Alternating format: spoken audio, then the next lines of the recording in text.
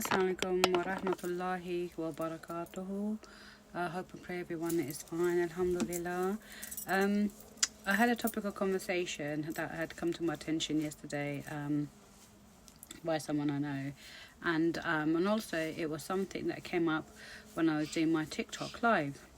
And it's all about the misconceptions about marriage in a Muslim community or within Asians, and that in itself is two-sided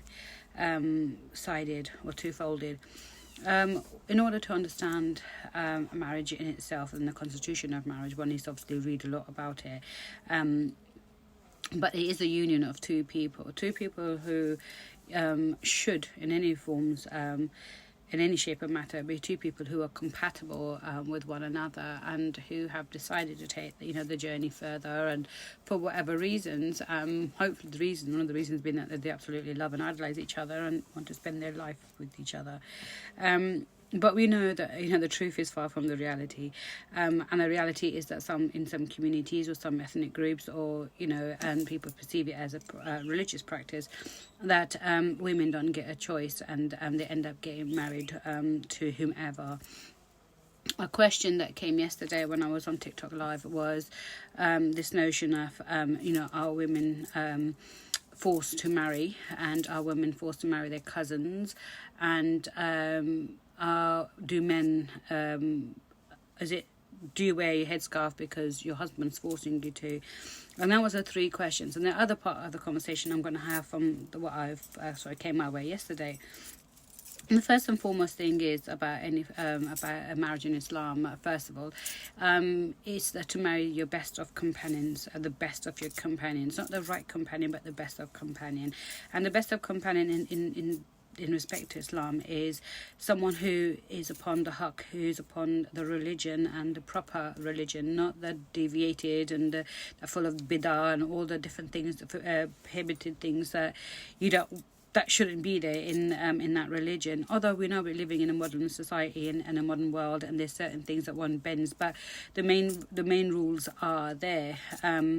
Knowing what's right and knowing what's wrong, or knowing that what the worldly goods are about and the worldly means are compared to the hereafter. To know that someone is going to ensure that you are addressing modestly, not because they're forcing you, but they're doing it for you, or doing it as a unit for the love of your religion.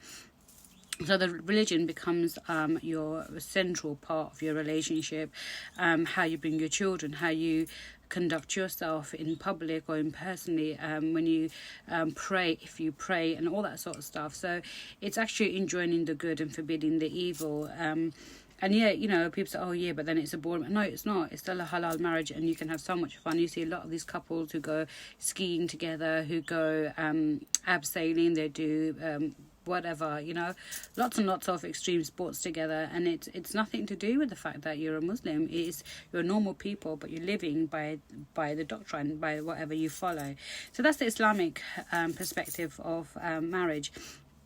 Unfortunately, there is a lot of culture and tradition that is, and in any religion, it seeps through, okay, and then it becomes embedded in your religious. Your religion actually gets sidelined, and it's just the culture and the traditions that kick in. And one of them is this Moran marriage that, yes, she's old enough to get married, and let's go and get her married. Because it's fine enough, right? But the practices, even back in the medieval time, were in the royal family, was to marry your cousins, because it keeps the lineage together, and it's pure blood and that sort of stuff.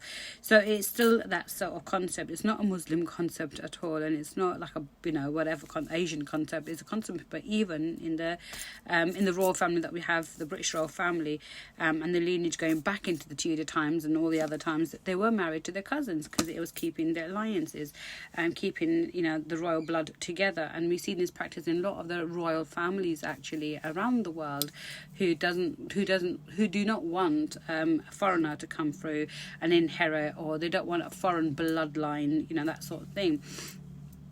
And hence the reason that's how it's been from time. And why? Because you know your family, you know their strengths, you know their weaknesses, you shaped and you model those people. They know you, you know them, you lived around them, and so you know them pretty well. And then whatever happens in the family stays in the family, sort of thing.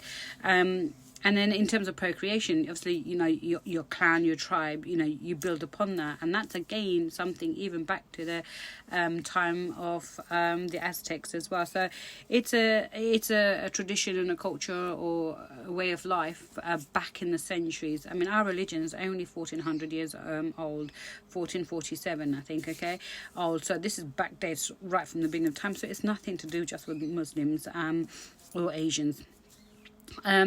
But yes, forced marriages, and that's the other topic of conversation. There is a lot of issues around forced marriages and alliances that are being built. And one of the alliances that are being built is when in 1970 you had the gold rush and you had a lot of the migrants who came to England to help with the trade in England and whatever not. And a lot of the Asians and Africans and Kenyans and all that, they all came, and Jamaicans came in 1970. And if you're well-to-do, affluent, you got good jobs and whatever not, my dad was, was able to go into the Pakistani embassy and, make his mark, and, he had his own businesses and whatever not. So if you think about that, there's always one member of the whole family that is sent to be educated, because if you are a poor person, whether you're African or Asian or whatever, unfortunately it is a poor country, it's a developing country, and then the family would only at that time anyway would only invest in one child in their education and pushing them forwards in the prayers that when they qualify or when they make it big, they will be able to support the entire family. And some of these individuals will leave home, some of these individuals leave the country and settle elsewhere, with the actual pretext that they're going to go and earn to send back and feed their family and so on and so forth. So you're paying in an investment. And what that also did then, that once you're over, obviously you want betterment for the entire family, and therefore your family slowly would immigrate into a better life and quality of life, and that was something that was huge in 1980 and 1990, where yes, you would to come over was a lot easier to what it is now, and but your family will come over. If you had children abroad and you came by yourself, your children will come, or your wife will come, or whomever, your spouse will come, and then your parents might want to come, or your own siblings, like your brothers and that would also come. And then that sort of gets bigger and bigger, because then you marry into your family, and then that family gets bigger. But what we saw in the early 90s, well, 95 to I think mid 90s even. I know a lot of my friends anyway, they did go back home. They went, they were all engaged to get married. Majority of them were the Bengali and Punjabi community. As a Baloch, we didn't have much community here in England, so we were saved from that. But a lot of my colleagues or my friends were engaged before they got married, and then they were all cousins, and they were tricked and duped into going abroad for holidays and stuff. And yes, they were about 15 or 16, had no idea what was going on. And you think about the life back then, right? You didn't tell your children about love. You didn't talk about any of these sort of relations at all. And whatever you learnt in school and from one another, and then you were forced to go, or it was best for you to go to a single gender school. So you had no exposure whatsoever.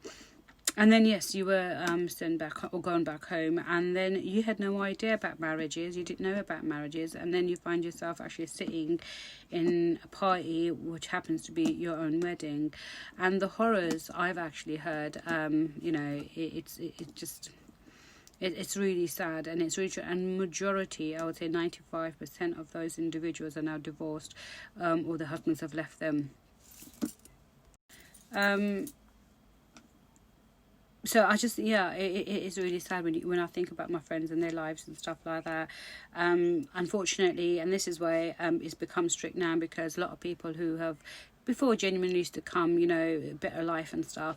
And then it just became, it looked like, it just looked like business, didn't it? When people would only marry your daughters because they wanted to come to Britain. And slowly, what we saw, these families breaking up. You know, your brothers would separate, and you know, whoever you got married into, you know, whatever the relatives were, that relationship severed completely, because the next man will come here, and he was good. I know a friend whose father had written over his business over to his son-in-law, so that, you know, he's happy, he's settled, so that, you know, it's like, it kind of is like buying him in. And you know, bought a flat for the daughter, and the car for the brother, son-in-law, and everything. And when he's got his passport, that was it. He started beating up his wife, he started neglecting his wife, and then surely had an affair, and then that's it. The house was taken off. She was left with nothing except the kids, and tossed out. The house was his. He sold it without her knowing. The car was his anyway. The business was his.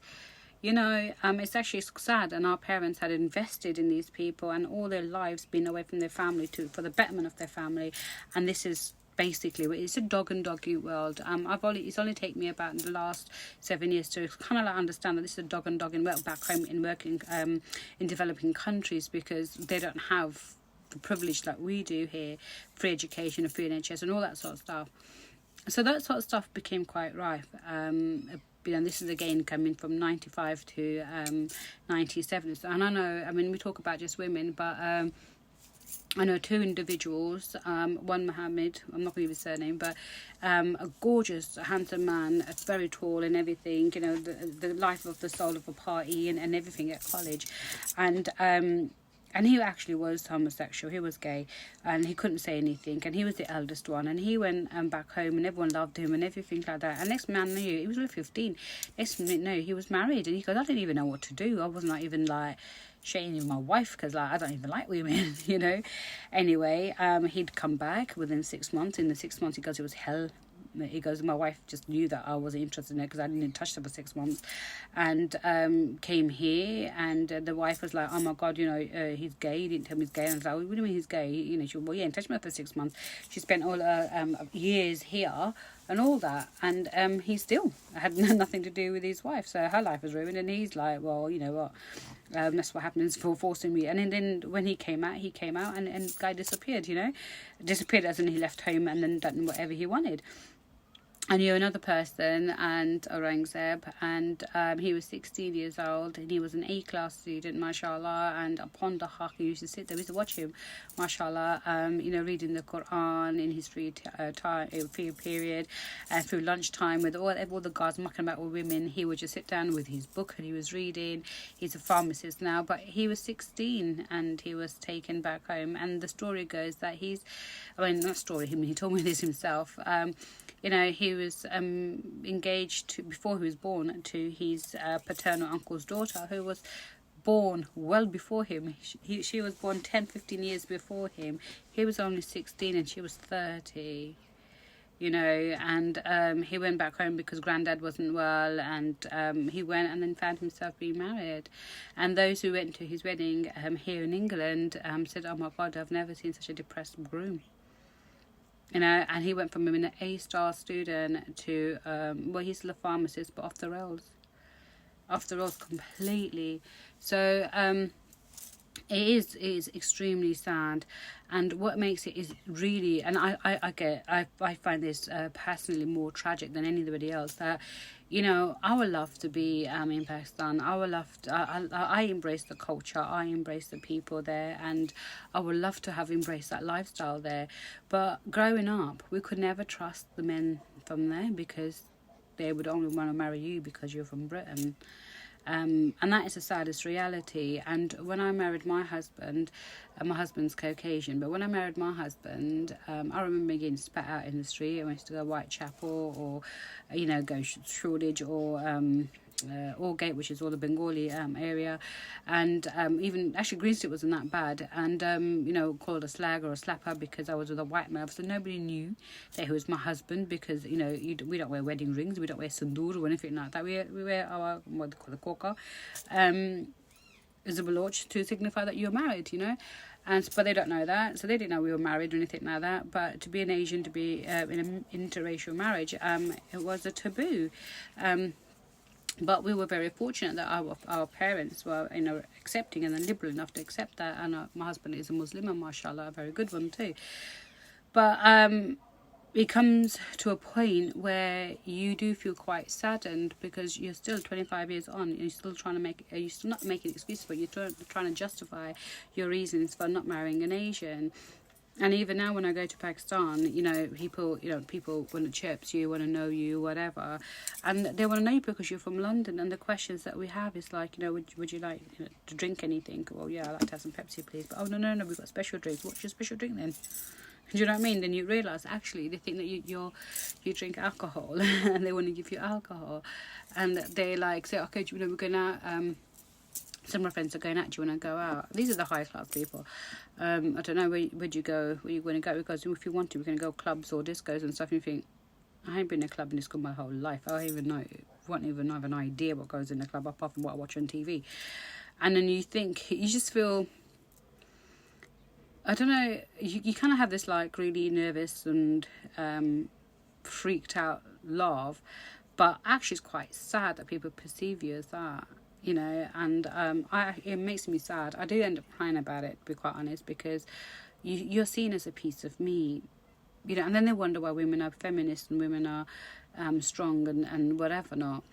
I laugh and I smile a lot. Does that mean that, you know, I'm cheap? So there is a lot, you know. So when you go on like your TikTok live, or you talk to anyone who's non-Muslim or non-Asian or whatever, yes, they have these questions, because this is what the world has, you know, this is what's out there, is a stereotypical view. But, you know, nobody knows the story from the other side of the coin of what one goes through. And we heard a lot about honor killing and stuff like that. Why would women risk their lives, you know, it's not about love. They love somebody else and they want to be with that person. That is what we shroud it in, you know. That is the hope. Love is hope. Love is hope to run away and be with someone that is not part of this cocoon or this imprison that our parents, majority of parents put us through. I'm not going to generalize communities, but I can name a lot of communities that are very, very strict upon these things. You know, they may not love, but that person is a saviour. And we heard stories about two individuals, you know, one who went to Pakistan and got killed by her husband. You know, she left him in Dubai and then came back, and then with her parent, you know, she was killed and buried in Pakistan. A beautiful, beautiful individual. Why? Because she didn't want to marry some fat, ugly git. He only wanted her for her money. No. And her parents, because you're my daughter, you know, you're my commodity. No, you're not. And she went and she fell in love with somebody, and he loved her and he respected her. And then again, you know, women are made emotional for the love of the father, because I'm dying, you know. Lured her back in. Why? Because she just wanted acceptance. She wanted to know that, oh my God, you know, I'm your daughter. You should love me. And oh God, I do love you. And, you know, such happiness in her heart to go and then get murdered. I saw it on Crime Watch a couple of years ago. Similar thing, you know, I think it was up north. And, you know, locked up her daughter, and then strangling her daughter and all that sort of stuff. And the little brother was sent downstairs to play, and, you know, and had to keep quiet and stuff. Can you imagine the mental torture? And then hiding her body, I think they put it in a suitcase and dumped him. And was it worth it? You know, in the Quran it doesn't say that. Quran said men should have the will to choose the women they marry. You know, it's an equal thing. There's no force in any situation, let alone marriage. And how could you have a marriage that's built on force? Because that marriage is not going to last, and it's not going to be a bed of roses. And by any means, not going to be a bed of roses. So that is the first a couple of misconceptions I wanted to clear. And the other part of the conversation, the third part of the conversation was, which I wanted to bring up is looking at it in a perspective of a British Muslim girl, or just a British girl, I guess, because it happens to people who are not Muslims as well. Now you brought up when you were young about this, the image of your country that you come from. So I'll just talk about, I mean, it could be India, Pakistan, Bangladesh, Africa, whatever. I'm talking about Pakistan, and you brought up about your uncles and your aunties and the fresh air and the land and the churia and this, that, the other, and it's like what you know about the Indian films that you watch, and you're conditioned, you're absolutely conditioned. The life over there, this world or this life is not ours. This is just where we are. We're visiting, but actually our life and our country is back home. You grew up with that, and I certainly did, and I mean, even now I'm madly in love with my country. And then you get so excited and you want to go and everything like that, but then we talk about how people sort of wash this marriage, the nikah, which is a spiritual thing, it's an Islamic thing, and then they just dip it into the culture and put it out to dry.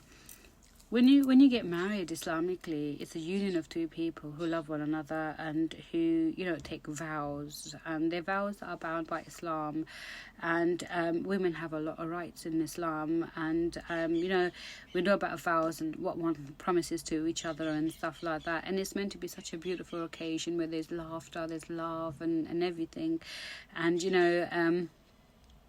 yes, you don't see each other as in like we go out with each other, but you see each other for pictures, I guess, and or whatever, or just like that timid romance that you got the super boy sort of thing, glances in and glances there, and so when you have this union, it's supposed to be a beautiful, meant to have all butterflies in your tummy and everything like that, and the Maulana comes and he does in the whole setting with the man and woman together, but sometimes there's a screen in between, and they do the nikah, and these are words and verses from the Quran that binds you together, and then he goes, yeah, he accepts the Kabula, and everyone's and then they ask her to, and she said yeah, and he goes, oh yeah, that sort of thing. Majority of the and then they sign their marriage contract, and it's a contract, and then you read the contract, like anything, and you read the contract and you sign it. Now, there's a lot of horror stories out there that you don't even know you got married. I remember when my nikah was running late to get to the hall, and the mullah guys kind of read it over the phone. It's like, how do you know you got the right person? How do I know you? Do you know what I mean? So not more than likely what happened, and in these sort of situations when you're forced into something, you don't even know what's going on. The next man's all jubilant and was all Mubarak Mubarak, and the lady is just forced to sign something. Sometimes they don't even ask anything. Sometimes the girl's not even conscious enough, or she's not conscious at all. Sometimes she's crying and she's pinching, and that means she said yeah, no. And then it's all written in Urdu or whatever language the document is in, of the country, where this British girl doesn't even know what's been written and what is small print, let alone the big print, and Hakmar, don't know how much Hakmar she's getting or anything like that, and you're just forced to sign, and all the while you've got all the older biddies and you've got the mums saying, oh, you do it for mum, you've got to do it for me, you've got to do it for your dad, oh my god, this, that, the other, whatever. You have no idea. And then it's essentially, and this is where the point where this one of the people on TikTok Live is saying, oh well, you're getting forced, how could you be in love, or how could you be forced to be with someone for the rest of your life, with someone that you don't even know, or you're forced to marry. And absolutely, these people, these women, God have mercy upon their souls. Also, all I've got to say, and make their lives easier for them, and turn their husbands' hearts around and their family hearts around to give them that love and adoration and respect that they deserve, because you are literally being raped all the time. And you are then, I don't know what sort of family most of these people are in, but it is actually, if it's not consensual, it's classed as rape, and you're forced, in majority of these cases, you're just, you're the house help. Yes, when you go to parties, as in like weddings in the family or whatever, or this is my daughter-in-law, my eldest daughter, my youngest daughter-in-law, my whatever daughter-in-law, but that's probably the only accolade that you get, And then if you are British, you are then a trophy wife, that everyone wants to be like or touch you because you're lighter and you're from London or whatever. but you're treated like absolutely crap. And then your husband will have suspicion on you because you're from London. Like, oh, is it because you're talking to your boyfriend? You're doing this, you're doing that. Oh, you want to go back to London because of this. Oh, you had this, you had that. Oh, look at you, blah, blah, blah. And all of a sudden, you find yourself in a situation. So it is really tragic, and it is non-Islamic. It isn't part of Islam. If a man consents to marry a woman, even though they haven't seen them, and she's consenting, then that's consensual, and there's nothing wrong with that. Okay, in Islam, it doesn't mean you go out with each other and whatever. But no, we're not saying that either. But it has to be consensual. If the lady hasn't said she agrees to this marriage, she can't be forced to. And if she hasn't even agreed, you can't say she said yes to this marriage. And majority of the people that I know now within the last couple of years are forced marriages. Both parties know that each one of them are involved with somebody else. Yeah, because of face and what people will say, and but we ascribed each other to each other when you were babies, and we gave word that if I have a son, he's going to marry your daughter, or she's your daughter and she's not going to get married. My daughter's your daughter-in-law and she's not going to get married to anybody, and that's like 20 years ago. How do you know how each other's going to be?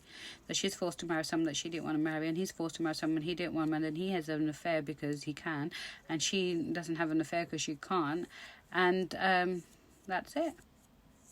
And you just get jiggy with it because the fact that it's a man's right. Do you see? Do you see what this ideology that parents have, who are not upon any religion, but not upon Islam, who then ruin the lives of their children, and then people like us. Well, not me, but people like us who are lucky enough actually to come back to England and say, well, actually, no, that in the media now we have a lot of women who have said about forced marriages and arranged marriages of the summer, that we have a lot of care workers in place, and a lot of people, who are ready to help women who've been taken, or girls who've been taken back home for safeguarding and stuff like that, because of these potential things. And that's why now there's a lot of strictness of spouses coming to England, because what you're coming here for, and a lot of people are a lot more clued on. But I mean, I know someone who's getting married to her cousin because she has to, and from back home, even though I've said, like, are you sure? And there's nothing wrong with getting married from someone from back home. I just really want to make that very clear. If you love that person loves you for the sake of you, but then how do you know? I mean, can't give 10 years down the line, and he's just seen the freedom here and seen what he can get from here, and then ditch his wife and ditch his children. I don't know. So, and vice versa. A lot of girls, are just as bad. I was talking to somebody yesterday and about something, and he goes, "Oh my God, this district is the most disgusting district. I mean, each girl here, because I guarantee, speaks to at least 4 different boys." So no one will marry girls from this district, because, and who are these girls? These are young girls, modern girls, who are not allowed to leave the house. Want the freedom of being cared or loved, or this excitement, because they know they're gonna get married and they ain't gonna get none of this stuff. So I'm gonna have fun whilst I can. So it's, I don't know, it's a really sad reality of a lot of people in a lot of communities. So how you say, which of the favours of your Lord can you deny? Surah Rahman. And being born and brought up in the UK, I can say, you know what, there's so much that I can't deny, because Allah subhanahu wa ta'ala has been so merciful, so merciful, that we have this choice, of freedom of choice, and to practice our religion, or to go to work, or to be on YouTube, being able to do that, to marry, and if we are in an abusive relation, and we know that we can leave, we can get a life protection or whatever, or relocated and out of it. We can get divorced and bring up our children as single parents without anything attached to us. But can we do that if we're back in these developing countries? And the answer is no. You get killed if you're in this country too. So it's actually sad if you're a woman, isn't it? So I'm going to leave you with that. Assalamu alaikum wa rahmatullahi wa barakatuhu.